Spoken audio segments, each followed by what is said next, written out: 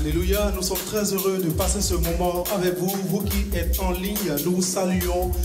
Soyez libres dans la présence du Seigneur, vous pouvez même vous lever de votre place pour pouvoir chanter, danser avec nous. Le peuple de Dieu, est-ce que vous êtes là? Oh, je ne vous entends pas, en plus c'est la fête des mères. Est-ce que les mères sont là? Les futures mères sont là? On va chanter ensemble.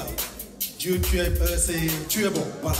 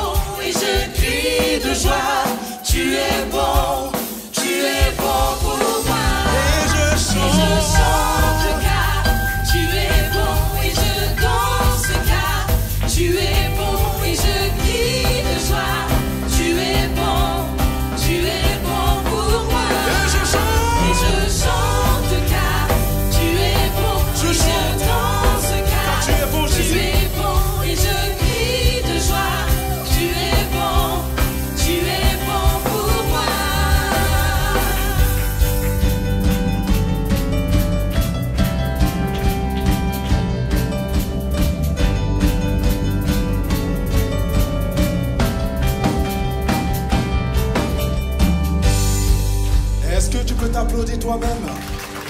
Est-ce que de là où tu es, tu peux aussi t'applaudir? Ce matin, nous voulons chanter les merveilles de notre Dieu.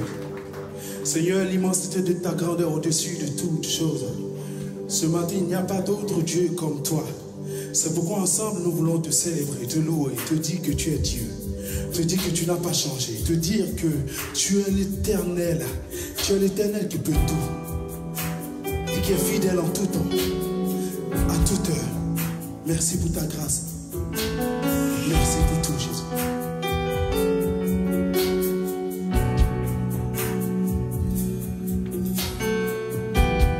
Merci, Jésus.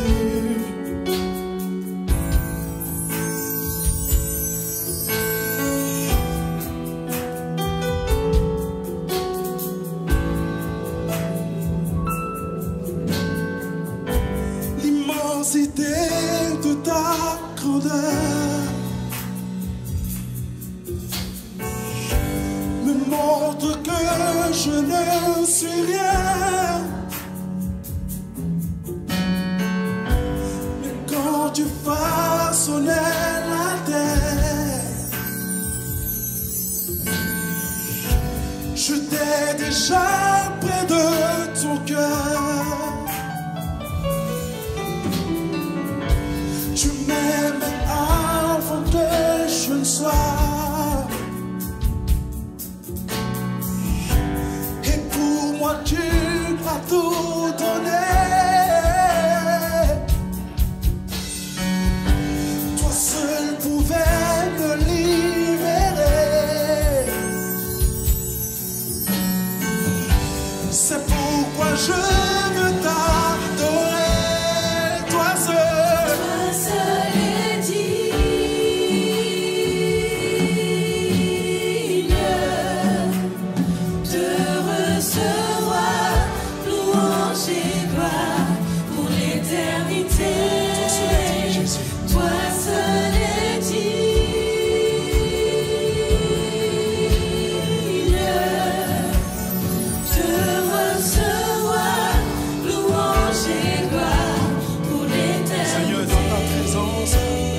Je mets censé de ma bien. Dis-le avec nous. Dans ta présence. Dans ta présence, je me tiens. Car tu as ce dont j'ai besoin ce matin. Car tu as ce dont j'ai besoin. La joie, la vie et le bonheur, tu l'as, Jésus. La joie, la vie et le bonheur. Oh, sont dans tes parvis, oh mon sauveur. Sont dans tes parvis, mon sauveur. Oh, toi seul a dit, Jésus. Toi seul est digne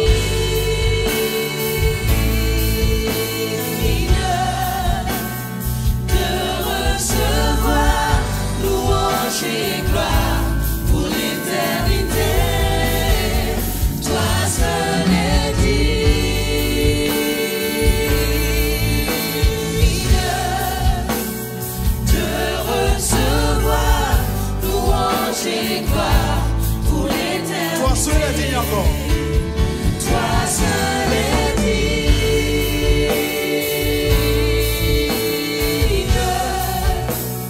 de recevoir louange et gloire pour l'éternité. Toi seul est digne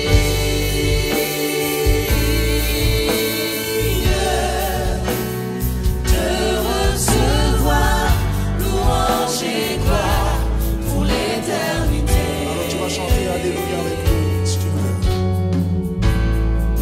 Alléluia. Merci Jésus. Alléluia. Alléluia. Alléluia. Chante Alléluia de tout ton cœur ce matin. Alléluia. Alléluia. Alléluia. Chante Alléluia, chante Alléluia, chante Alléluia. Alléluia.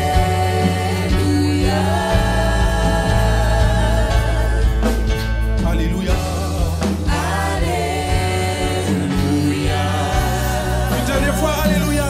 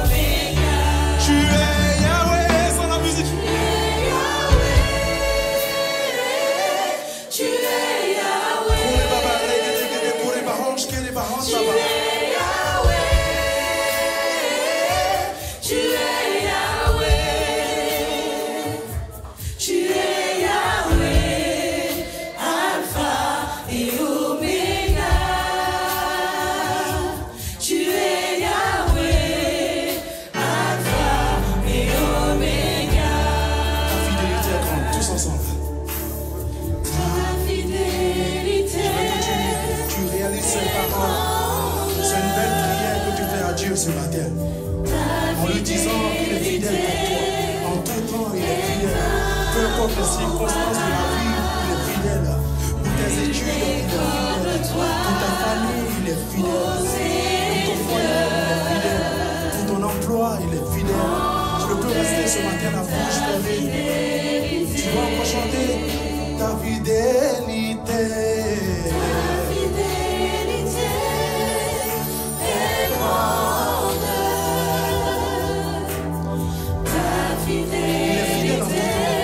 C'est ce Dieu qui n'abandonne pas. Même dans le silence, il est là. Même quand il fait silence, il est présent. Ce Dieu n'a pas changé. C'est pourquoi tu ne peux pas rester la bouche fermée. Chante ce chant de tout ton cœur.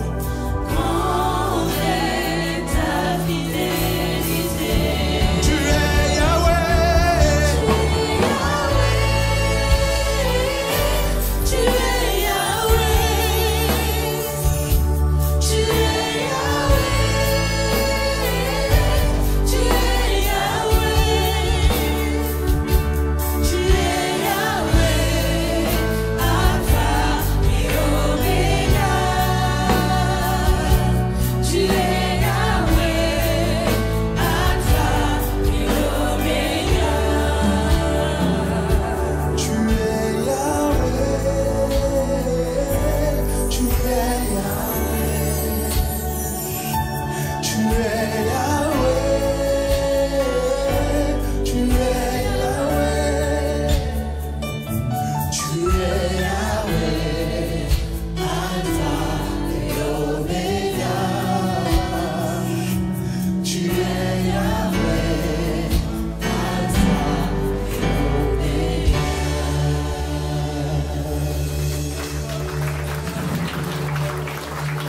Est-ce que tu peux apporter une prière à Dieu ce matin?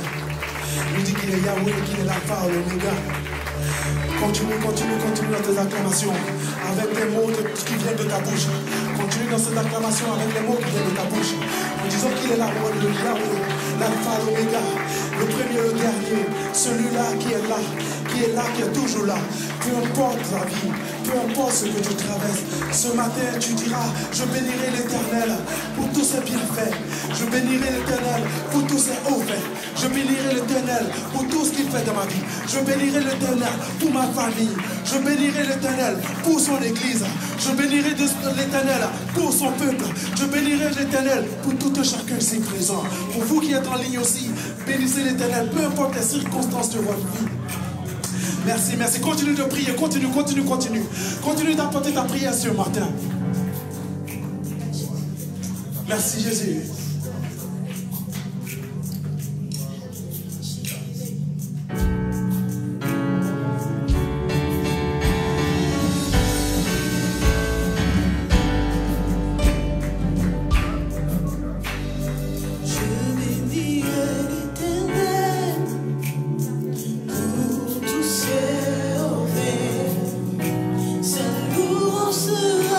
Toujours dans ma bouche, je bénis.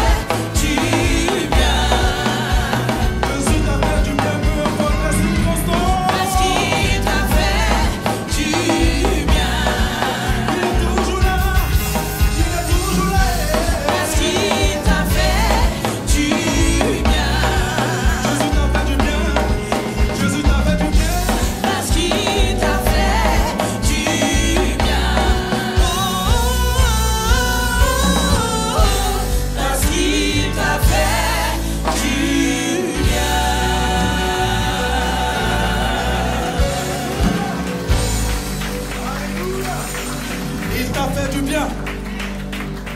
Est-ce que ton amen peut être très fort? Est-ce qu'il t'a fait du bien? Est-ce que Jésus t'a fait du bien? Est-ce qu'il continue de te faire du bien? Peu importe les circonstances, même dans tes pleurs, dis Seigneur, continue de me faire du bien. Parce que c'est lui qui remplit, c'est lui qui change l'atmosphère. Amen.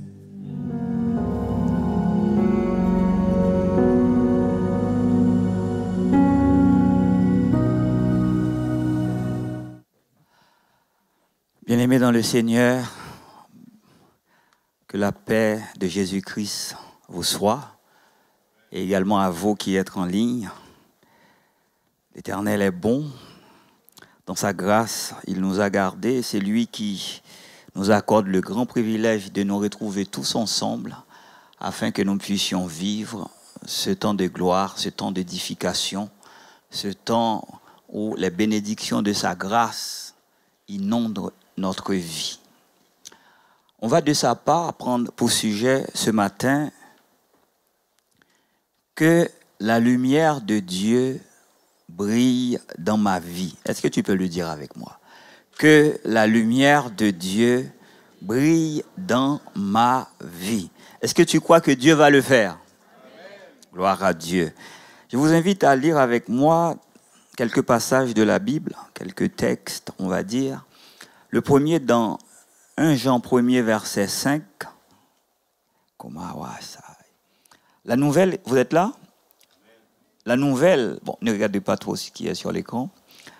La nouvelle que nous avons apprise de lui, de Jésus-Christ, et que nous vous annonçons, ces gens qui parlent et qui nous partagent cela avec nous, c'est que Dieu est lumière et qu'il n'y a point en lui de ténèbres. On va lire dans Genèse 1er, verset 1 à 3, qui dit « Au commencement, Dieu créa les cieux et la terre. La terre était informe et vide. Il y avait des ténèbres à la surface de l'abîme et l'Esprit de Dieu se mouvait au-dessus des eaux. Dieu dit que la lumière soit et la lumière fut. Dieu vit que la lumière était bonne et Dieu sépara la lumière d'avec les ténèbres. » On va lire maintenant dans Matthieu 15, verset 13.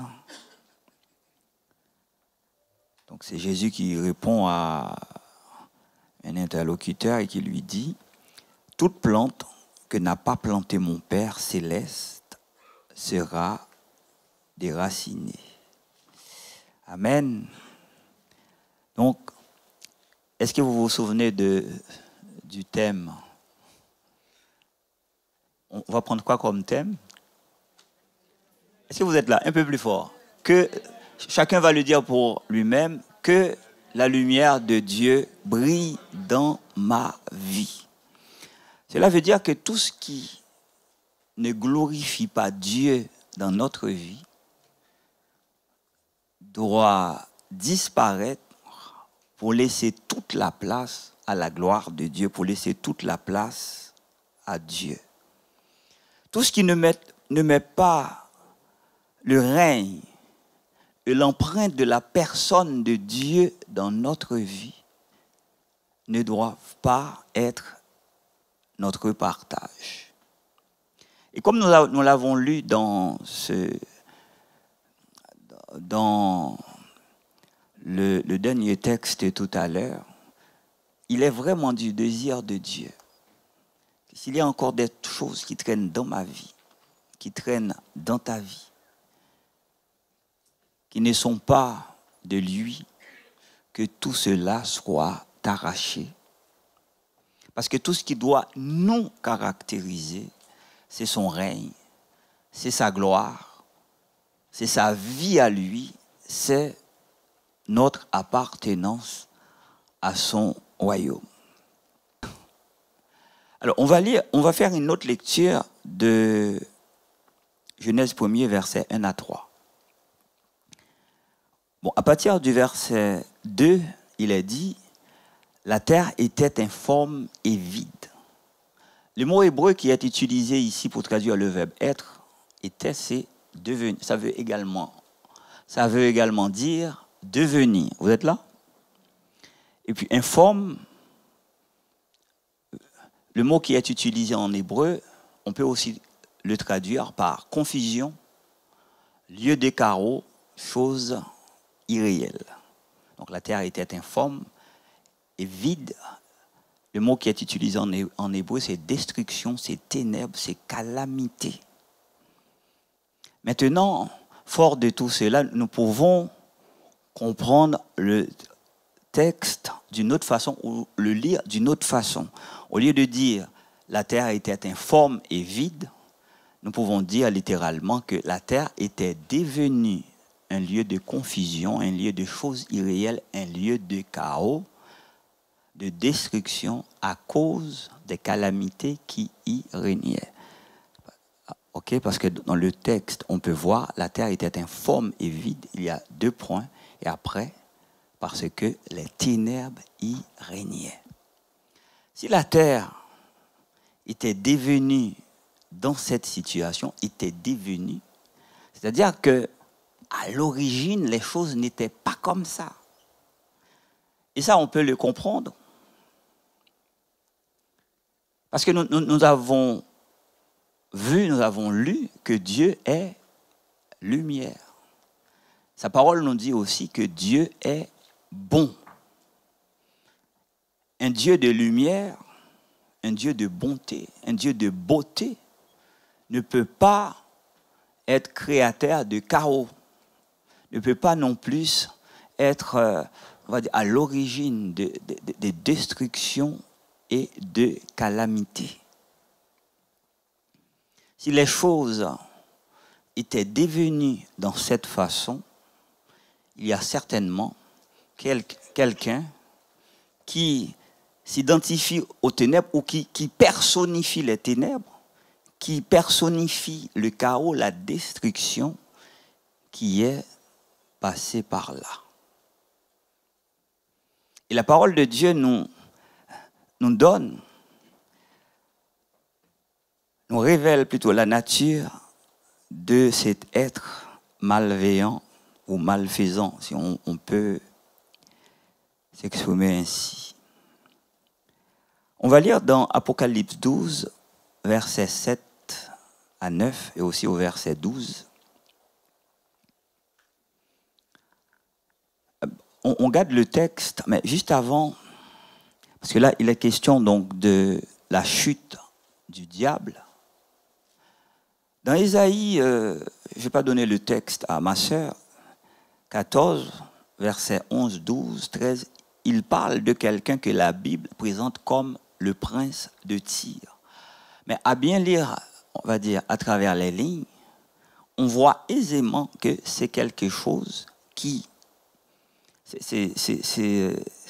comment dire, que c'est un texte qui caractérise Satan, le diable, parce qu'avant qu'il ait été le diable, il a été, comme nous le savons tous, un ange de lumière. Il était auprès de Dieu. C'est Dieu qui est son créateur. Et c'est normal qu'il ait été un ange de lumière, parce que Dieu, la lumière, ne peut donner naissance qu'à la lumière. Et comme il a voulu, il faut lire ça dans Ésaïe 14, versets 11, 12, 13, 14, 15 environ.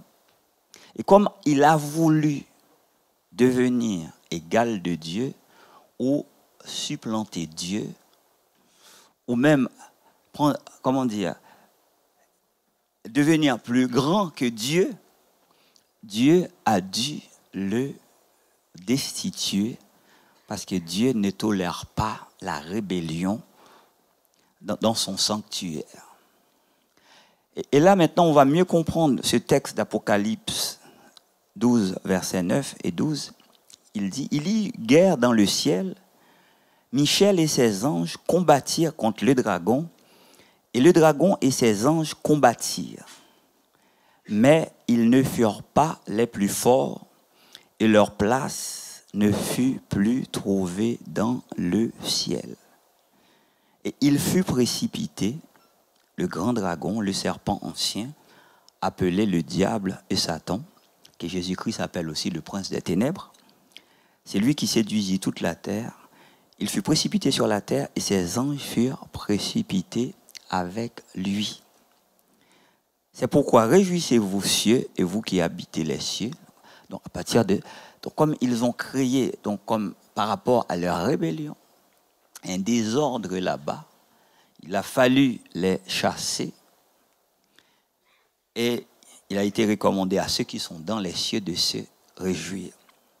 Mais il est dit au verset 12, « Malheur à la terre et à la mer, car le diable est descendu vers vous. » On peut donc arrêter notre lecture là. Voilà. Donc à partir de ce moment-là, sur la terre, donc, tout était devenu chaotique. On va faire un parallèle avec notre vie. À travers Jésus-Christ, Dieu nous a tous régénérés. Dieu nous a tous donné, comme sa parole dit, tout ce qui contribue à la vie et à la piété. Donc, il nous donne, il a mis à notre disposition tout ce dont nous avons besoin afin que nous puissions vivre comme lui, afin que nous puissions vivre comme Jésus a vécu. On peut même dire que Jésus, pour que nous puissions vivre comme Dieu veut, a fait des choses qu'on ne pouvait pas comprendre en son temps. Il a donné sa vie pour nous. Il a donné sa vie afin que nous ayons la vie. Il s'est appauvri afin que nous soyons enrichis. Il a tout fait pour que nous puissions nous épanouir en tout. Mais quelqu'un qui s'appelle le destructeur, le semeur de chaos, fait tout pour que nous ne vivions pas comme Dieu veut. Et la Bible nous fait réaliser que cet ennemi-là profite de nos temps de sommeil sur le plan spirituel afin de semer en nous des choses qui vont par la suite donner naissance à ce chaos. Vous savez que quand on sème quelque chose dans ta vie, pendant que tu es en train de dormir, tu ne peux pas t'en rendre compte. C'est quand tu vas voir la manifestation de ces choses, c'est à ce moment-là que tu vas te rendre compte qu'il y a quelque chose qui s'est passé. Pour perdre sa puissance, il a fallu que Samson soit endormi par Delilah. Cet ennemi aussi utilise la séduction. Il vient vers nous en tentant de nous présenter des choses, nous donnant l'impression que ce sont ces choses-là dont nous avons besoin. Ce sont de ces choses-là qu'il nous faut pour vivre, pour nous épanouir, sans nous dire que derrière, il y aura des conséquences qui seront très regrettables. Et la méthode qu'il utilise, c'est nous pousser à remettre la parole de Dieu en question. Alors que Ève était dans un état, vivait dans le paradis, dans la présence de Dieu, Ève et Adam, il est venu, il a dit à Ève, par rapport à une recommandation que Dieu avait donnée, Dieu a-t-il réellement dit? La pauvre est tombée dans le piège, elle y a entraîné son mari.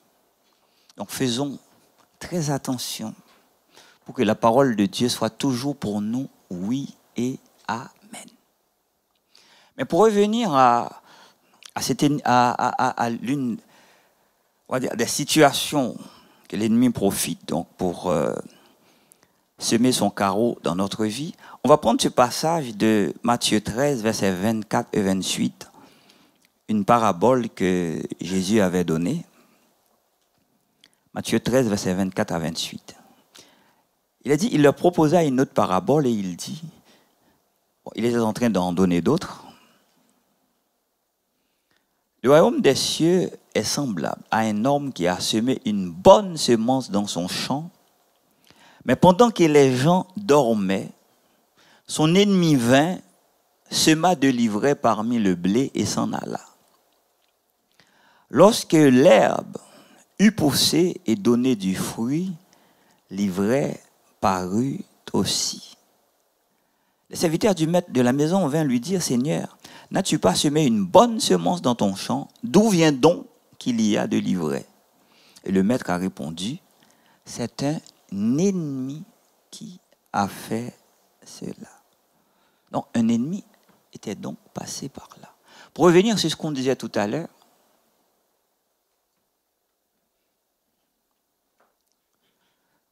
j'insiste sur le fait que Dieu a tout donné. Il a planté de bonnes choses en nous. Mais tout est fait pour détruire notre vie. Il veut que nous soyons prospères et en bonne santé. Il sait même jusqu'à se sacrifier. Tout à l'heure, nous avons pris la Sainte Seine. Il a été meurtri pour que nous soyons guéris. Cela n'empêche qu'il y ait la maladie. Il a proclamé avec autorité qu'il nous a donné la paix, comme le monde ne sait pas le donner. Cela n'empêche que régulièrement, nous soyons troublés.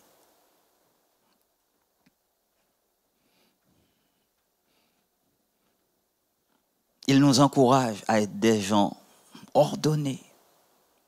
Cela n'empêche que souvent autour de nous règne la saleté et toutes sortes de désordres. Il est venu nous apporter l'espoir, nous disant qu'il est en train de nous préparer une place. Et ce qui nous attend n'a rien d'égal à ce qu'il y a de plus beau ni de plus merveilleux sur la terre. Ce qu'il nous attend n'est point monté dans la tête des hommes. Dieu sait que les hommes ont réussi à mettre au point des choses. Parfois, quand on les découvre, on fait « waouh !» On ne sait même pas que ces choses-là existaient. Dieu nous dit qu'il nous prépare. Les hommes n'ont pas encore pensé à ces choses-là. C'est afin de nous maintenir dans la joie. Pour dire que même si parfois, lui permet certaines épreuves, parce que Dieu aussi permet des épreuves, mais ces épreuves ont toujours pour but de nous former afin que nous puissions entrer dans la gloire dans laquelle nous sommes destinés. Mais il y a quelqu'un qui fait tout pour semer le carreau dans notre vie.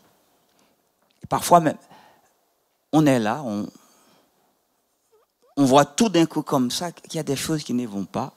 Donc pour revenir à notre texte, pourquoi? Parce qu'à un moment donné de notre existence, à un moment donné de notre vie, on a connu un temps de sommeil. Ce sommeil vient quand on ne prie pas comme il faut.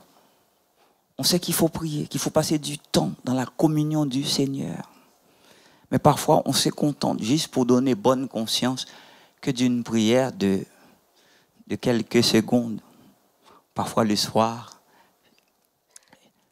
parce que parfois ça m'arrive aussi, je dois vous le dire, mais souvent le Seigneur me reprend. On est fatigué. Comme on sait qu'on doit prier. Oh Seigneur, merci pour la journée. Tu connais toutes choses. Bénis la nuit. Et quand on fait des prières comme ça, on ne pourra pas passer le temps qu'il faut dans la présence de Dieu afin que sa présence nous imprègne. Ce que Dieu veut que nous réalisions, c'est que le temps passé avec lui est nécessaire. Jésus a dit à ses disciples, alors qu'il était dans un grand combat, vous n'avez même pas pu tenir une heure. On a vu que Jésus, pour entrer dans son ministère, c'était 40 jours. Et malgré le fait qu'il avait passé 40 jours pour entrer dans son ministère, la Bible nous dit que régulièrement, il priait. Il faisait des veillées de prière. Régulièrement, il quittait la foule parce qu'il sait que pour être éveillé, pour être toujours victorieux, pour ne pas laisser à l'ennemi la possibilité de trouver la moindre faiblesse, le temps passé avec Dieu est nécessaire. Et pour nous donner l'image donc de la nécessité du temps passé avec lui, même si on ne voit pas forcément quelque chose, nous pouvons croire que de la même façon que quand Moïse revenait de la présence de Dieu ou de la montagne, il est dit que son visage rayonnait. Dieu rayonne aussi en nous quand nous passons du temps avec lui.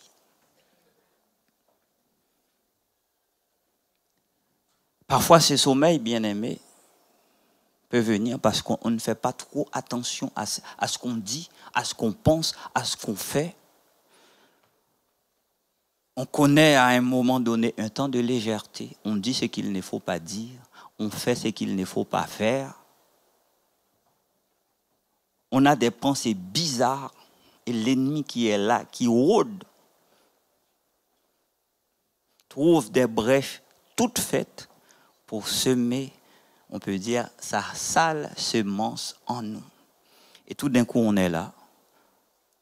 On se retrouve dans de grandes difficultés, dans des situations chaotiques pour lesquelles on se pose la question, mais qu'est-ce qui m'arrive?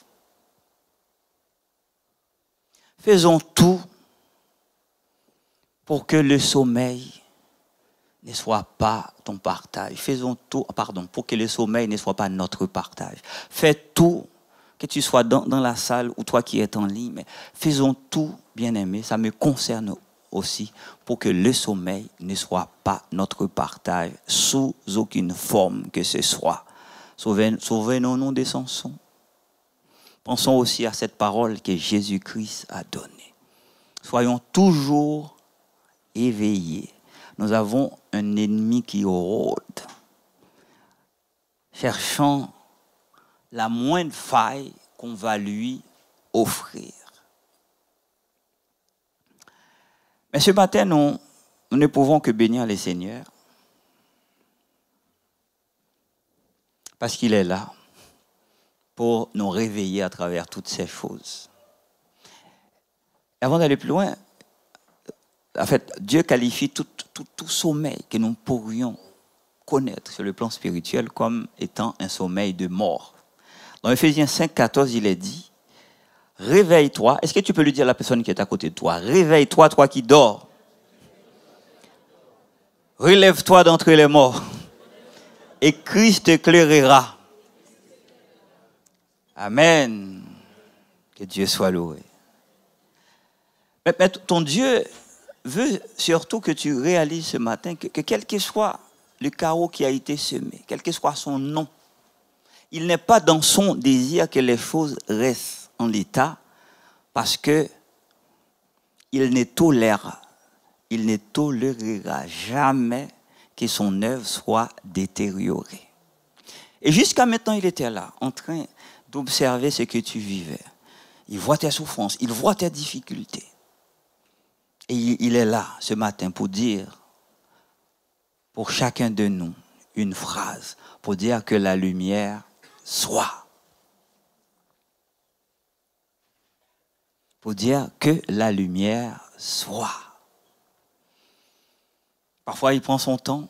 Parfois, il agit aussi tout de suite. Mais en ce qui concerne la terre, alors qu'il régnait ce chaos, dans ce que nous avons lu tout à l'heure au verset 2, il a dit que l'Esprit de Dieu se mouvait au-dessus des eaux. Dieu observait la scène, il regardait la scène de loin. Bon. Et là, il avait décidé que tout devait s'arrêter là, que tout devait rentrer dans l'ordre. Il a dit que la lumière soit. Et quelle a été la nature de cette lumière? Cette lumière, bien aimé, quand on regarde, donc, quand on suit le texte, quand on regarde la parole de Dieu, ce n'était pas une grande ampoule ou une grosse ampoule que Dieu avait mis. Ce n'était pas non plus la lumière du soleil ni celle de la lune. C'était Dieu lui-même qui avait pris la direction des choses pour mettre l'ordre dans tout ce chaos qui régnait. Et on peut comprendre cela à travers sa parole. Dans Isaïe 60, versets 18 à 29, alors qu'Israël, Isaïe 60, versets 18 à 19, alors qu'Israël vivait une situation difficile, il y avait donc la ruine dans le pays, il y avait des violences, toutes sortes de mauvaises choses. Le Seigneur leur a donné une parole de consolation en disant « On n'entendra plus parler de violence dans ton pays, verset 18, ni de ravages et de ruines dans ton territoire. Tu donneras à tes murs le nom de salut. » Il allait apporter la solution, il allait faire germer le salut. « Et à tes portes, celui de gloire. » Donc, à la place de toutes ces ruines, de toutes ces violences, c'était le salut, c'était la gloire qu'il allait apporter. Au verset 19, voilà, il a dit, ce ne sera plus le soleil qui te servira de lumière pendant le jour, parce que, alors qu'il vivait tout, on va dire, dans cette situation chaotique, mais il y avait quand même le soleil. Il a dit, ce ne sera plus quand même le soleil, ce ne sera plus le soleil qui te servira de lumière pendant le jour, ni la lune qui t'éclairera de sa lueur, mais l'Éternel sera ta lumière à toujours. Ton Dieu sera ta gloire. C'est-à-dire que Dieu lui-même allait venir se placer au milieu d'eux afin que tout dans leur vie puisse marcher selon les plans de Dieu, selon ses plans de paix, selon ses plans de bonheur. Et on a un autre texte dans Apocalypse 21-23, en parlant de la nouvelle Jérusalem, ce paradis que Dieu nous promet.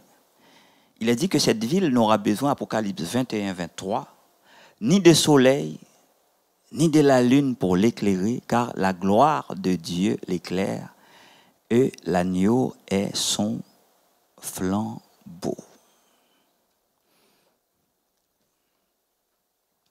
Où règne ce matin les ténèbres dans ta vie?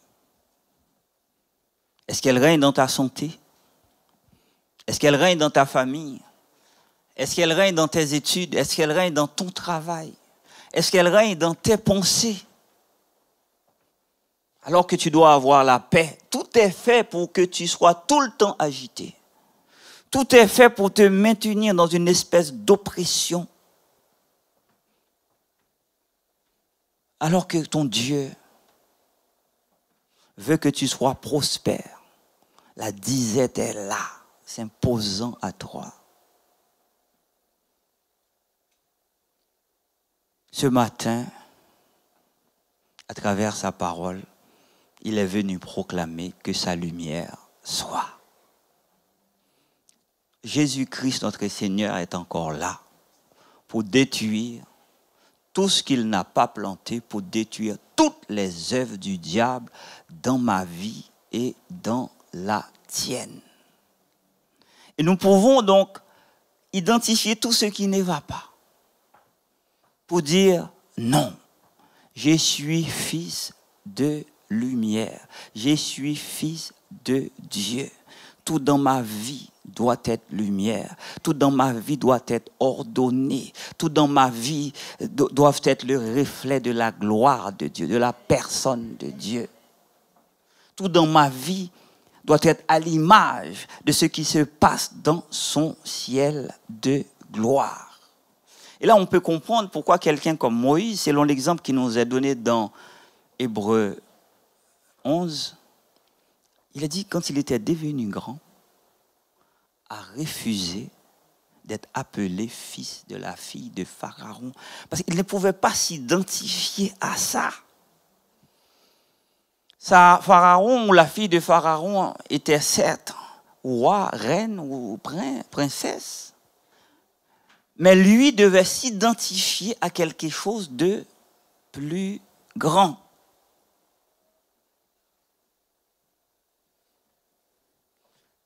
Il devait aussi, parce que là-bas c'était la sorcellerie. C'était l'idolâtrie. Il devait s'identifier au Dieu véritable, au Dieu de lumière. Et aussi, il nous dit, comme Amos l'avait dit, si nous connaissons des situations de faiblesse, parce que nous appartenons au Dieu fort, il dit que le faible dit, je suis fort. Et que le pauvre dit aussi, je suis riche. Que celui qui est éprouvé dans sa santé puisse dire aussi, je suis en bonne santé. Tout ça parce que, le Dieu que nous appartenons à tout ça en lui, il a tout fait pour que nous puissions vivre de cette façon-là. Comme Moïse était devenu grand, c'est pour cela, bien-aimés, faisons tout pour ne pas rester des bébés spirituels. Un bébé ne sait pas. Si tu habilles un bébé, là, il ne sait pas ce qu'il porte. Il peut même se trouver beau avec n'importe quelle tenue. Je me rappelle que quand il était petit, notre fils Alexandre, on se préparait pour aller à un mariage. On lui a dit de s'habiller, mais on ne lui avait pas encore donné les vêtements. Il avait un jogging qui était un peu comme ça. Je me rappelle même, quand on a vu ça, on s'est dit, mais qu'est-ce que c'est que ça? Mais pour lui, c'était bon. Là, je suis habillé.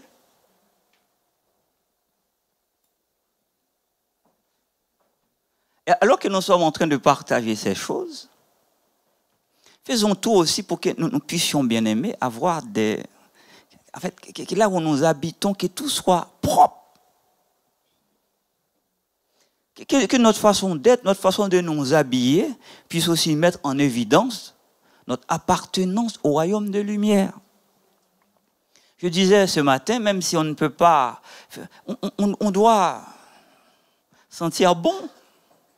Même si on n'achète pas des parfums à 200 € ou 300 € ou 500 ou 1000 €, mais il y a des déodorants qui coûtent 2,50 € ou 1 €.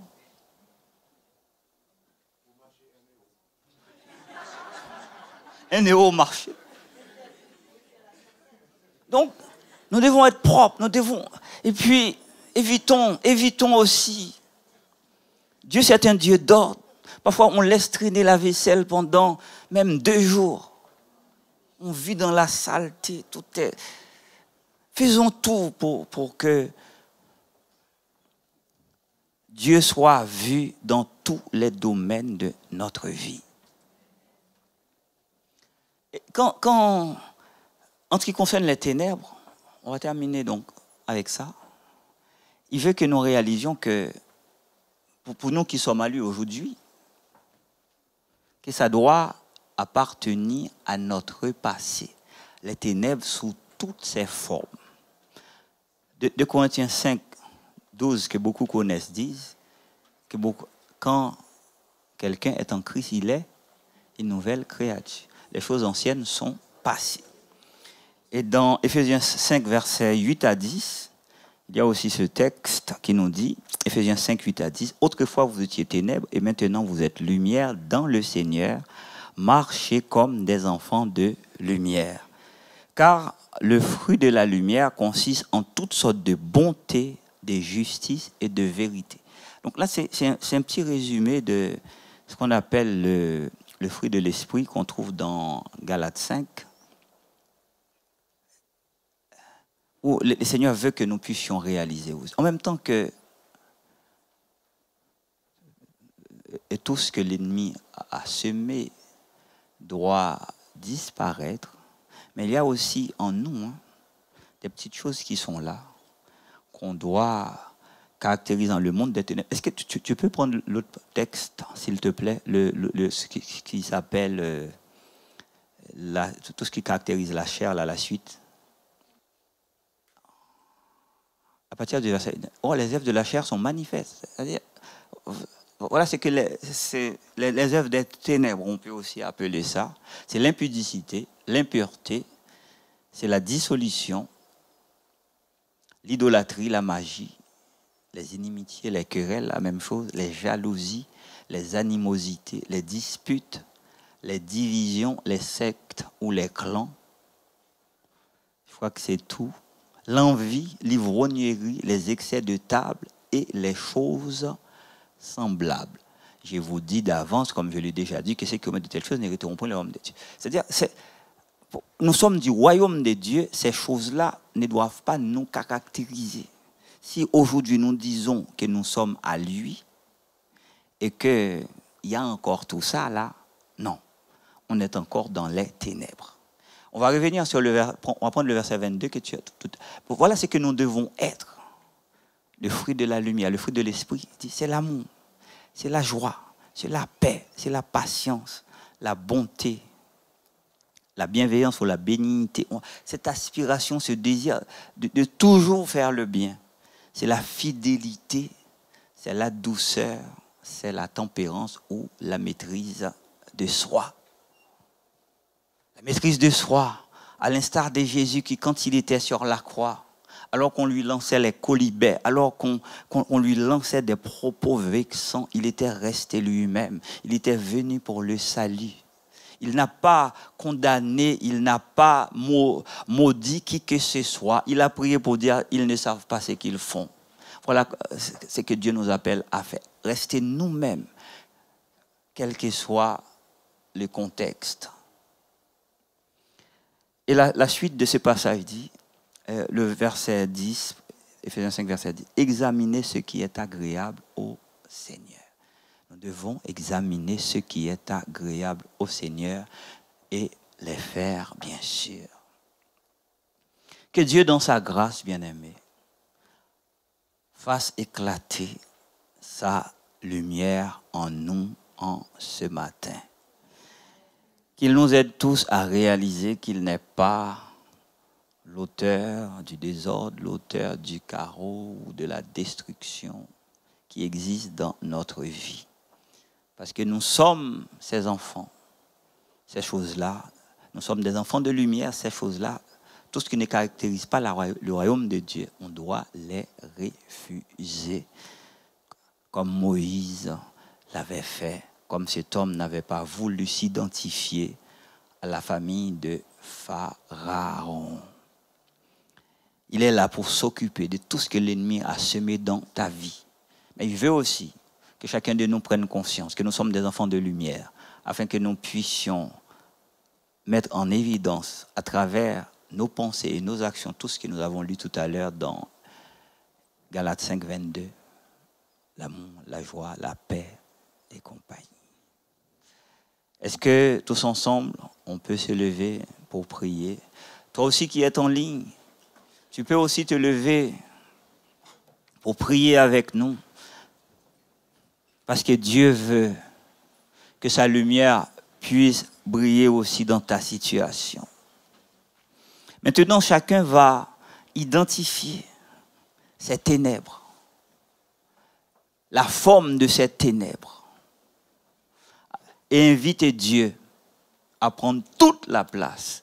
Il est dit, ce n'est pas le soleil ni la lune qui va apporter cette lumière, mais c'est Dieu lui-même, par sa présence.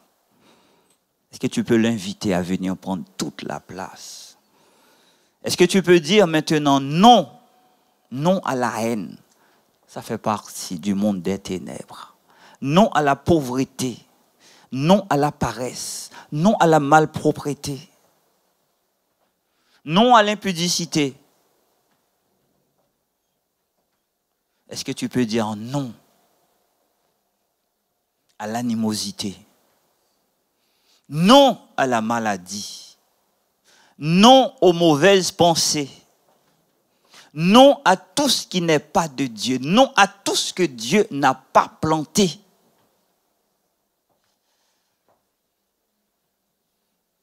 Dieu te veut pur.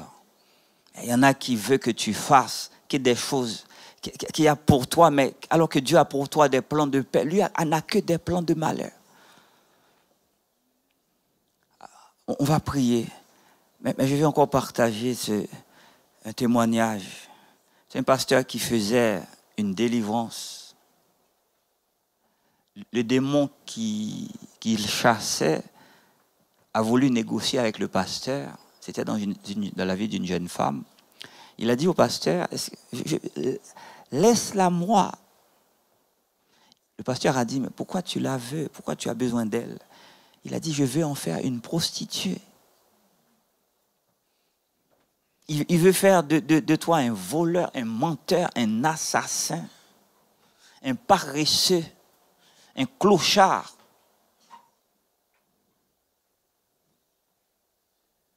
Refuse tout ce qui ne caractérise pas le royaume de lumière.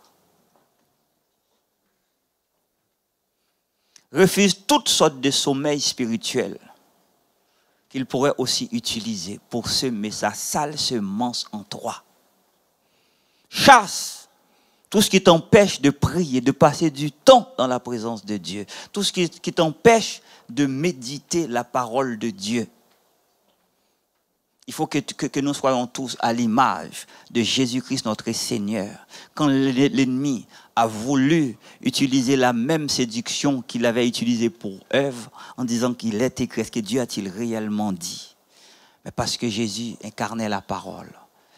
Et notre façon nous aussi, son Saint-Esprit est en nous. Nous avons cette grâce, cette capacité d'incarner la parole de Dieu, d'être des incarnations de la parole de Dieu. Mais pour cela, nous devons demeurer dans sa parole.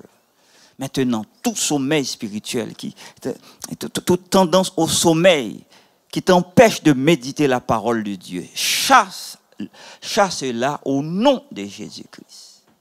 On prie. Seigneur, nous voulons te bénir. Parce que ta parole est la vérité. Dans ta grâce et dans ta grande bonté, tu nous visites en ce matin afin d'arracher de notre vie tout ce que tu n'as pas planté.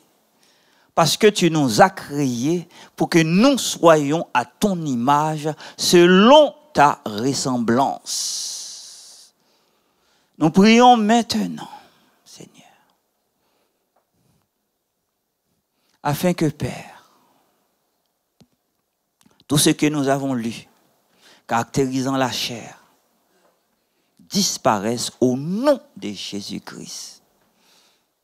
Nous chassons la paresse, nous chassons la malpropreté, nous chassons, Seigneur, la colère, l'animosité, nous chassons l'idolâtrie, nous chassons la sorcellerie. Nous chassons les calomnies. Nous chassons toute tendance à la goinfrerie au nom de Jésus-Christ. Nous chassons, Seigneur, la maladie, quelle que soit sa forme. Nous chassons tout esprit de disette. Nous ne voulons pas nous identifier à ces choses parce que ton désir, c'est que nous puissions prospérer à tous égards. C'est que nous puissions être en bonne santé, Seigneur. Faut m'amasse que t'as cogné à travers l'œuvre de la croix. Terrasse maintenant, Seigneur, tout esprit de maladie. Tu es venu, Jésus, pour détruire les œuvres du diable. Accomplis ta parole dans la vie de ton Église. Prends aussi le contrôle de nos pensées. Viens y mettre de l'ordre. Nous proclamons oui que si ce n'était pas le cas jusqu'à maintenant, que désormais, tout ce qui est beau, tout ce qui est vrai, tout ce qui mérite ton approbation, ce qui est vertueux et digne de louange soit l'objet, Seigneur Dieu Tout-Puissant, de nos pensées. Parce que c'est cela être des enfants de lumière. Prends toute la place. Bénis-nous et garde-nous. Fais briller ta face sur nous et donne-nous ta paix. Tourne ta face vers nous et donne-nous ta joie au nom de Jésus-Christ. Que cela, Seigneur, soit scellé dans ton ciel de gloire et que par ta grâce, tant que tu nous garderas sur cette terre, nous puissions pour ta gloire être des enfants de lumière au nom de Jésus-Christ. Amen. Que Dieu vous bénisse. Merci à vous tous. Vous aussi qui êtes en ligne, soyez bénis. Oh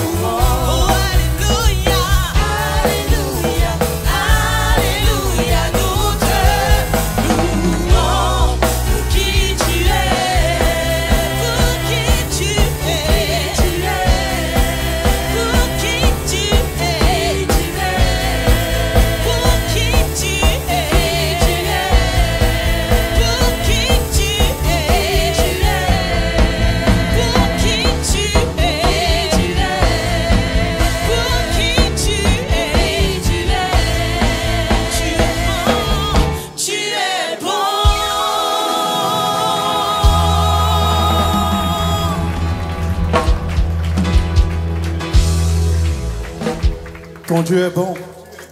Il est bon, n'est-ce pas?